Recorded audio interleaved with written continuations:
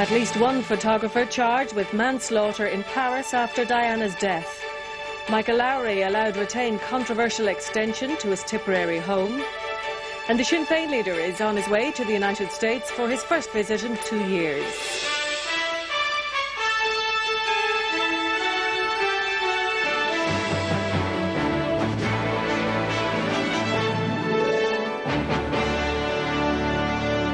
Good evening. The magistrate investigating the car crash in which the Princess of Wales died over the weekend in Paris is reported to have charged a photographer with manslaughter.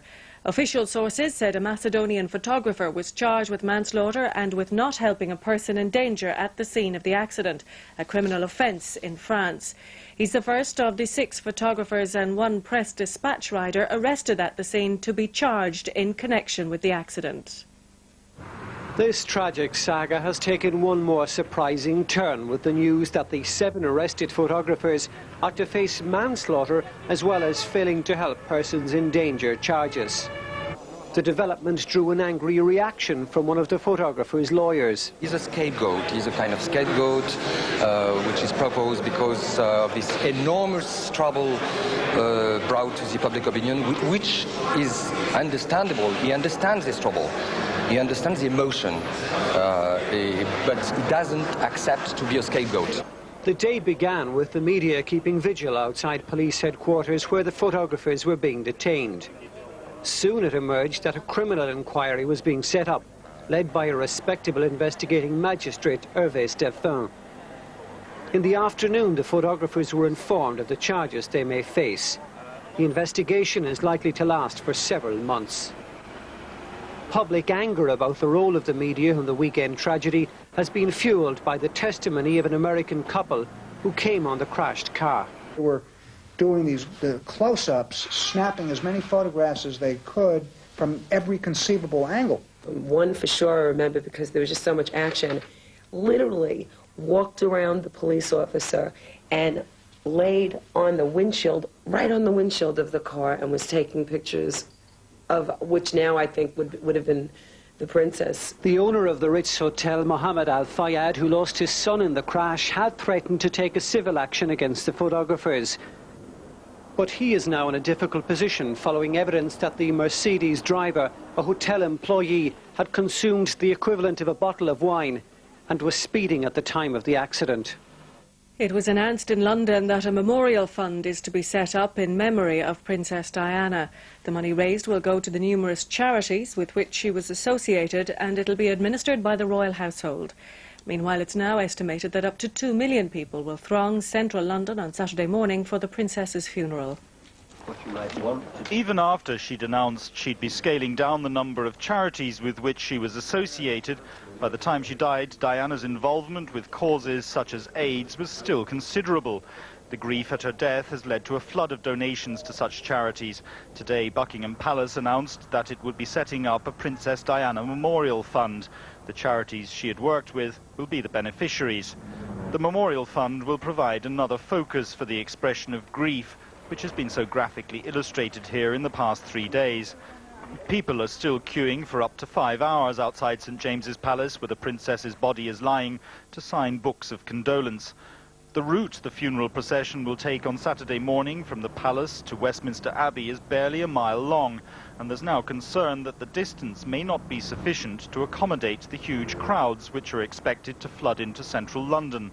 Some estimates put the number of people at 2 million or more. The tiny Northamptonshire village where Diana will be buried in the Spencer family chapel will have problems of its own. The small church is likely to become a shrine, a place of pilgrimage for years to come.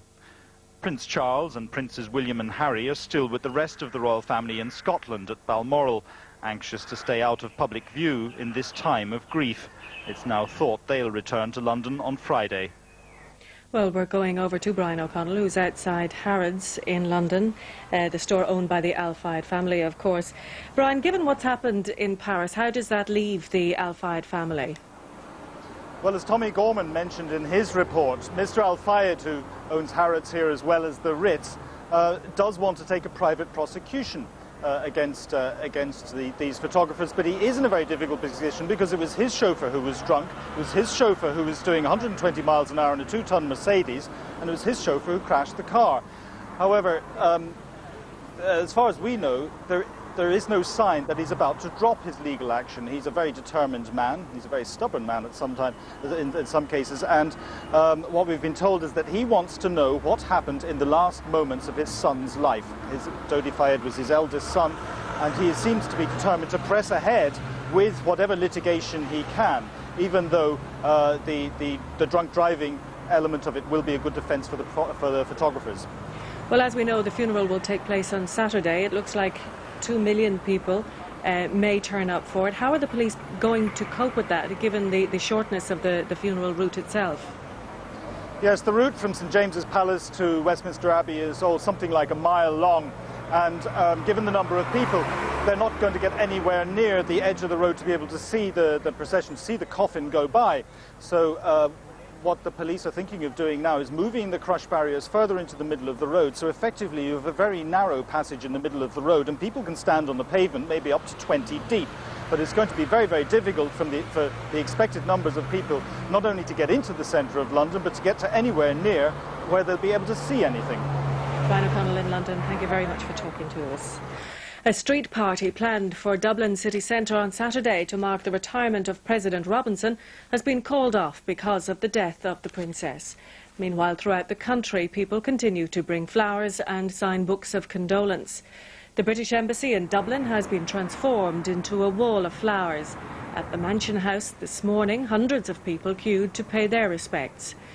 At Cork City Hall, there has been a steady stream of people queuing to show their regard for the Princess. Books of condolence have also been opened in other parts of the country, including Limerick, Waterford and Sligo.